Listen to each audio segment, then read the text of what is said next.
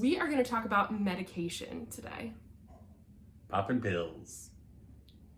Is that appropriate to say? I don't know. If it's not, sorry. Hello, everyone. Hello. Welcome back to our channel. It's me, Maile. And I'm Eric. Okay, so we are going to do another mental health chat. I've loved doing these videos. They are a really great way for me to kind of push myself out of my comfort zone and get vulnerable and share things that I don't normally feel comfortable sharing. And I get really great feedback and connections with you guys from it. People always reach out to me and let me know how much they love my mental health chats and relate to me. And it's just a really great connector. And for this topic that I wanted to talk about today, I'm here. I thought... What? That was a total Sharpay moment.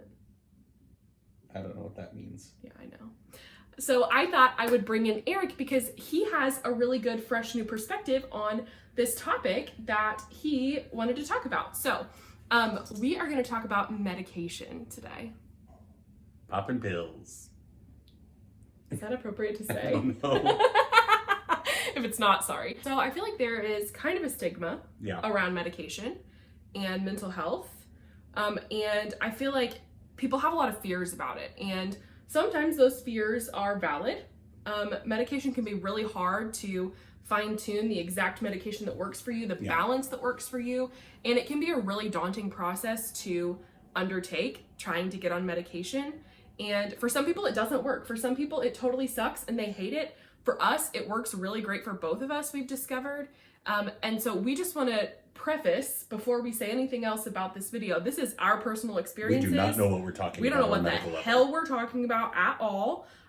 We can only say our own experiences and what it's done for us. We're not in any way trying to advocate for it or tell you need to go get on medication. No, we're just kind of sharing our perspective, our experience with it to, I don't know, talk about it. Yeah.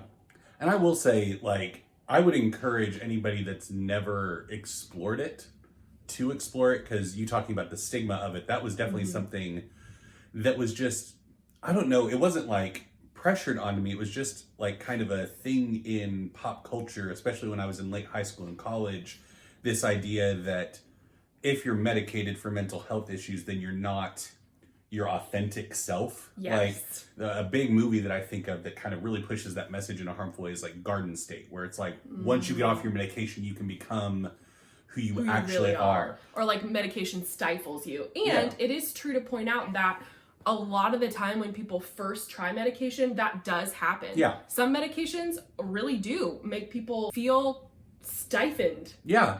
And that's just an indication, in my opinion, I'm not a doctor, I don't know what the heck I'm talking about. In my opinion, that's just an indication that that's not the right medicine for you. Yeah, I'm on my second medicine at this point. Like it took me around before we found the one that worked for me. And I'm weaning off of my first one right now to just go full on the second one because it seems to be working really well. So yeah, it's a process, and it's not like totally there's a magic pill that you're going to take and just feel better. Yeah. The number one advice I think I can give to someone who thinks they might want to explore medication is obviously talk to a psychiatrist, talk to your medical professional. I got on medication with just my regular MD doctor. My diagnosis was clear enough that I didn't really need to seek professional... like a specialist.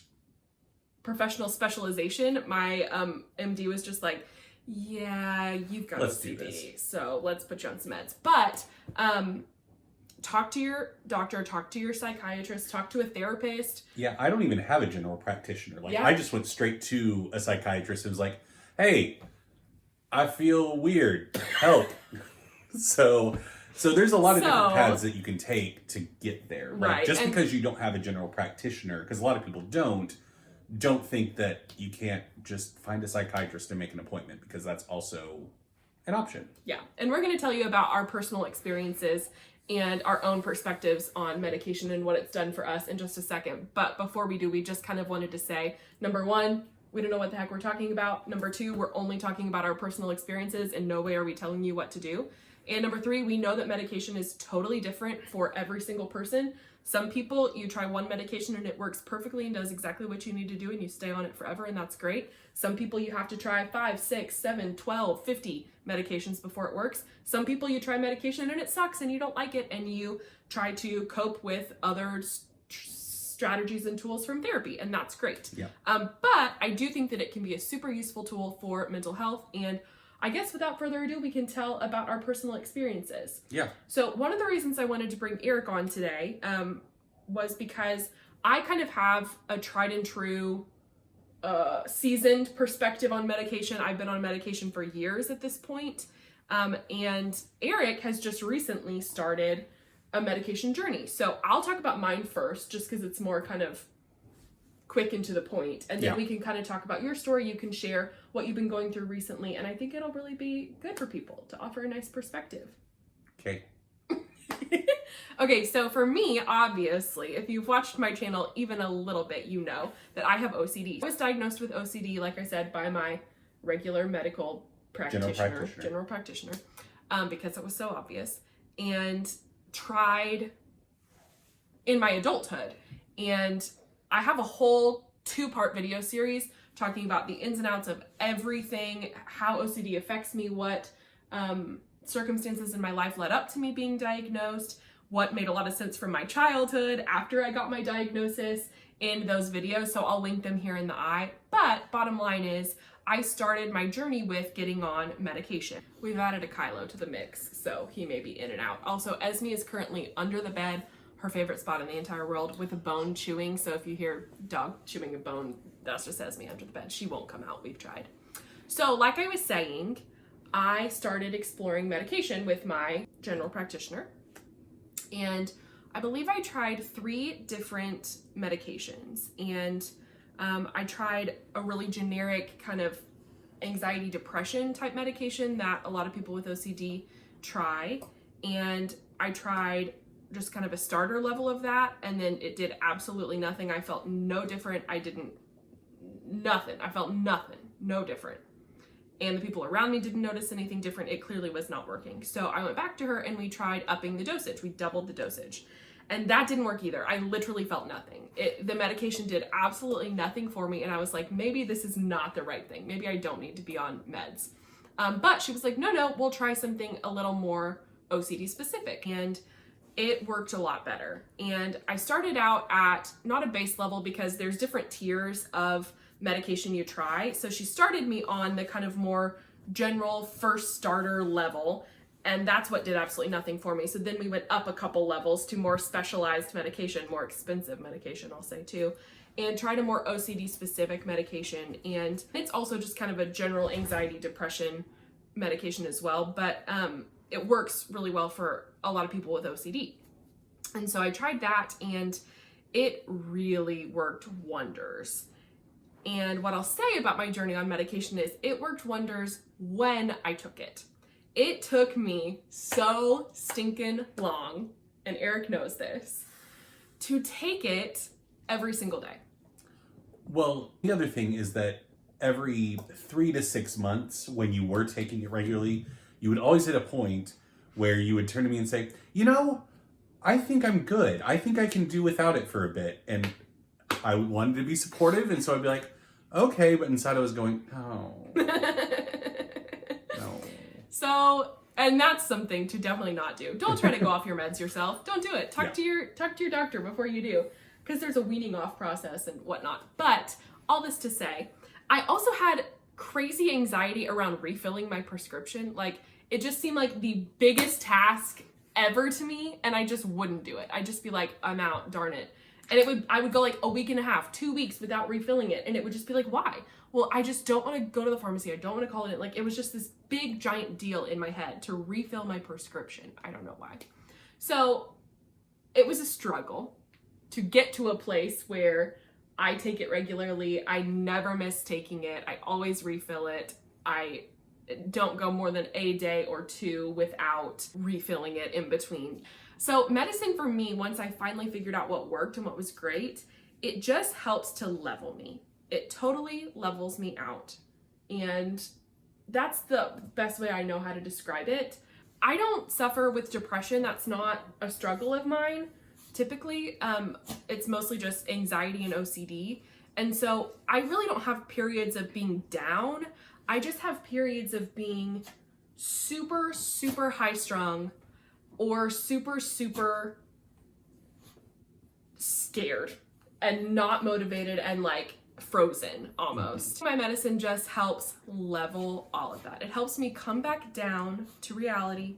It helps me exist as my true self without freaking out all the time. Another really important thing to note is that I was a skeptic about medicine. Even my medicine that I'm on now that I've grown to love and absolutely know it works for me, I would be like, I don't think this is working. I don't feel a difference. Like I would get in these periods of just being like melancholy about my medicine. The people closest to me in my life can absolutely tell when I've gone a couple of days without my meds, especially my mom. Like my mom is the most in tune to it. You're pretty dang in tune to it as well.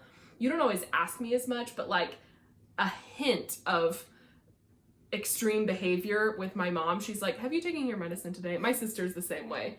So they just know and can tell. You can tell the difference, and they're really good at kind of pointing it out, calling me out on it when I struggled with not taking it super regularly. But now I take it really regularly, and it is just really fabulous and a wonderful aid to my life. So recently Eric has started therapy. Yep. You've started some medication. Yep. After consulting with a psychiatrist. Yep. And you're really working on your mental health, and I'm really proud of you. So do you want to talk about kind of briefly just what kind of led you up to this point and then medication specifically?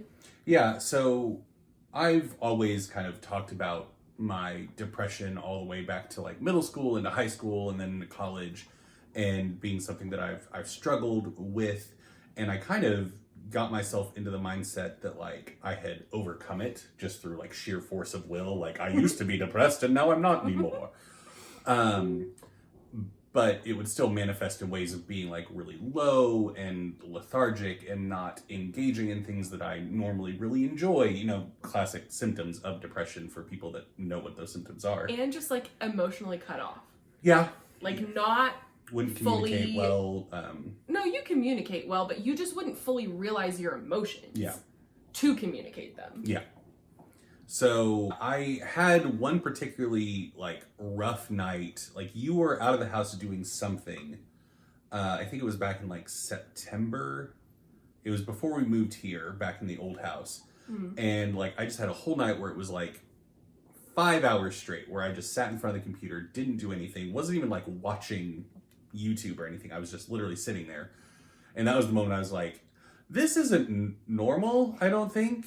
Like, I know that I have a lot of stuff that I need to do and stuff that I would enjoy doing, but I don't want to, and that doesn't seem like a state I should be in. So... And I think another thing that exacerbated this for you was the freaking pandemic and not being able to see your people. You are such an extrovert and you thrive when you have engagement and interaction face to face with people and your friends, and that's super important to you. That's something you would do 2-3 times a week. Yeah. I'm not that same way. I could stay in my bed all week long and be totally fine. But that was something that really was weighing heavy on you for months and months because of the pandemic, was just not having that same friend reaction that you typically got. And so I discovered that through my insurance that I get through my job, I had an option to do like online options for psychiatry, therapy, all that kind of stuff. So I looked into it and then realized that like any other doctor, your first appointment, it's a while before you can get in to see anyone. So I made the appointment with a psychiatrist because I had seen what medication had done for Maile over the years. And I was like, I clearly need to be medicated. That's where I want to start this. And so went to my first psychiatrist appointment. And one of the funny things... Hey, girl. One of the funny moments from that initial appointment is my psychiatrist actually asked me, because I had mentioned that my wife was medicated. And she said, oh, okay, well, what medication is your wife on? To see if maybe we could just like have a similar prescription. And so Maile sent it to me, and I read it off to her, and she went, "Oh, no, okay, we're not going to start either." So, yeah, my brain needs a lot of help, guys. So, yeah, we started off on one medication, but she was very clear. She said, basically, you have 3 options coming out of this appointment. You can do medication with no therapy, which she did not recommend. She was like, that's the first path, and I don't want you to do that one.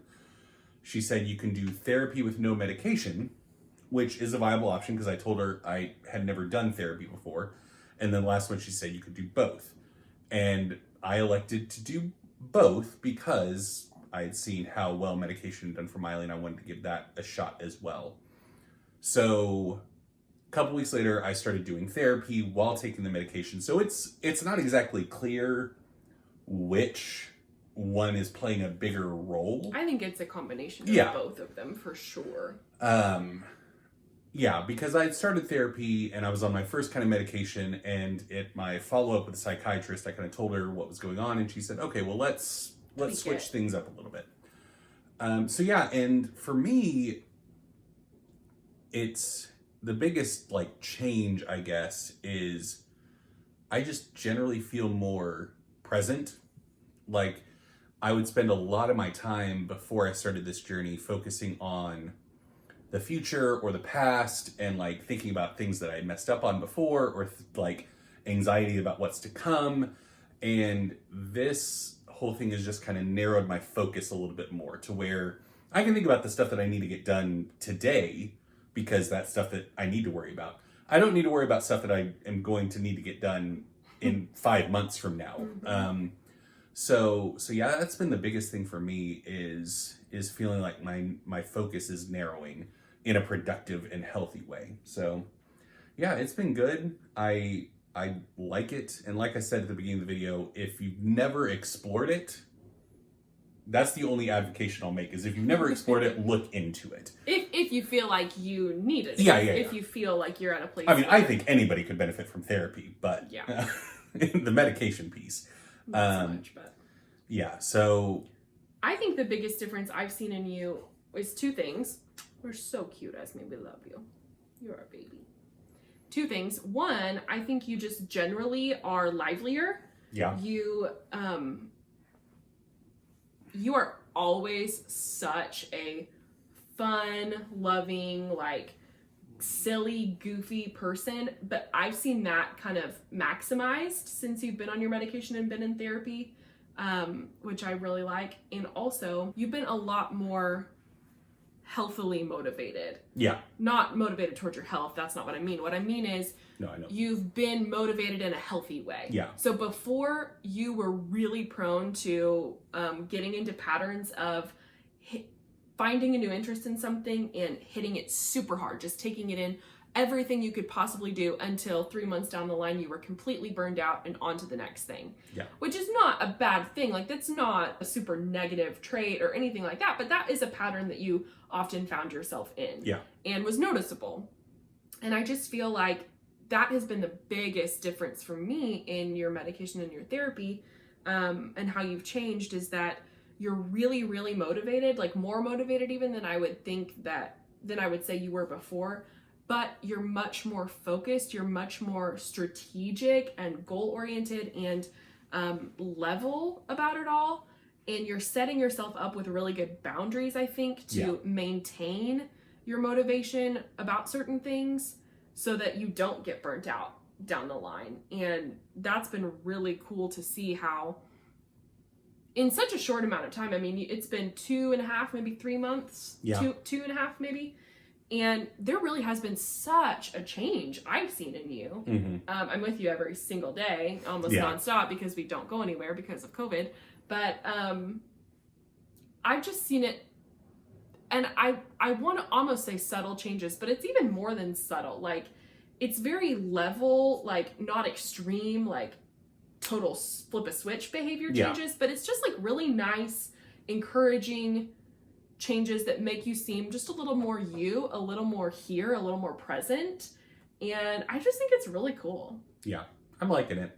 it's a process, but it's an evolving process, because like me and my psychiatrist had monthly appointments, and now she's comfortable with where I'm at, so now my next appointment isn't for 2 months. Oh, I didn't know that. Yeah, and so yeah, it's not something where you'll have to meet with this person constantly to tweak things, because once you get into the groove and they feel comfortable that you're on a good path, then you can just kind of continue on with your life. Spread your wings and fly.